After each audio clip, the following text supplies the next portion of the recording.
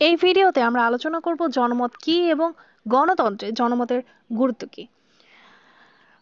জনমত বা public opinion হলো কোনো নির্দিষ্ট বিষয়ের প্রতি জনসাধারণের অভিমত বা মনোভাব, যা জনসাধারণের মধ্যে শেয়ার করা হয়। একটি সাধারণভাবে একটি জাতীয়, সামাজিক বা রাজনৈতিক ইস্যুতে জনসাধারণের চেতনা বা অনুভূতির প্রতিফলন।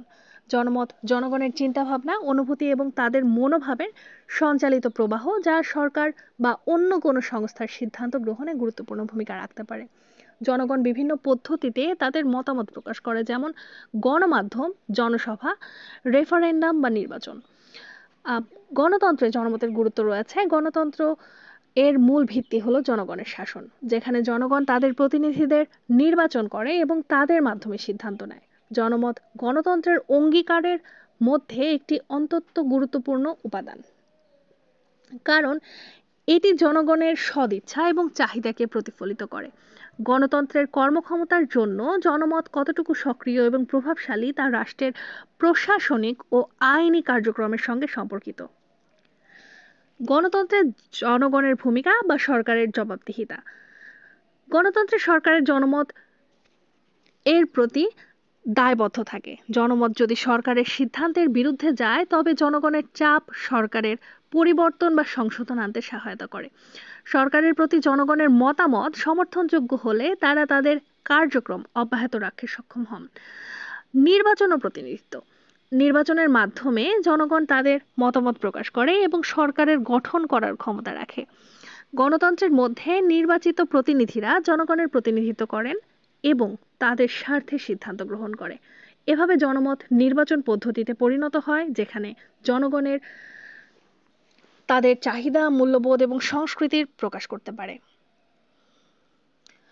রাজনৈতিক স্থিতিশীলতা। জনমত সরকারের নীতিমালার প্রতি জনগণের সমর্থন নিশ্চিত করে, যা রাজনৈতিক স্থিতিশীলতা বজায় রাখতে সহায়তা করে। জনমত যদি সরকারের সিদ্ধান্তের প্রতি অনুকূল থাকে, তবে সরকারের নীতি কার্যকরভাবে বাস্তবায়িত হতে পারে। জনমত সামাজিক পরিবর্তনের উৎস হতে পারে। যখন জনগণ কোনো বিষয় নিয়ে আন্দোলন বা প্রতিবাদ করে, তখন তা সরকারকে বা সামাজিক প্রতিষ্ঠানগুলোকে সেই বিষয়ে পদক্ষেপ নিতে বাধ্য করে, যেমন নারী অধিকার, পরিবেশ সংরক্ষণ ইত্যাদি সামাজিক আন্দোলন জনমতের ভিত্তিতে কার্যকর হয়। অপরদিকে বিপ্লবী পরিবর্তন।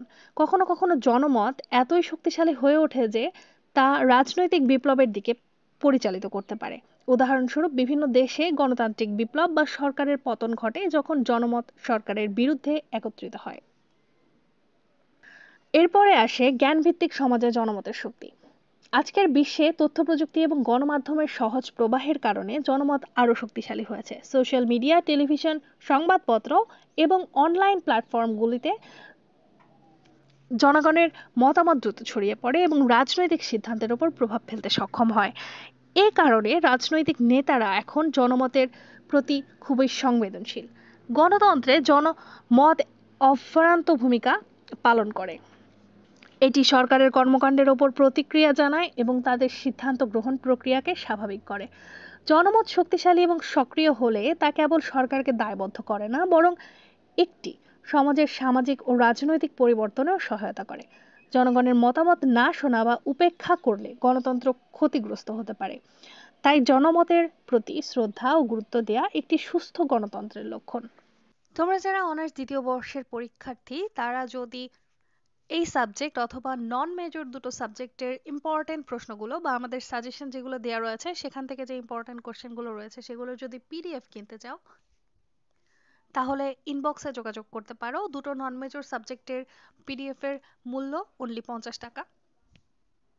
এখানে তোমরা সকল ধরনের অ্যান্সার পেয়ে যাবে যেগুলো গুরুত্বপূর্ণ, আর এই মূল্যে তোমরা দুটো পিডিএফ পাচ্ছ নন মেজরের। এতক্ষণ সাথে থাকার জন্য ধন্যবাদ।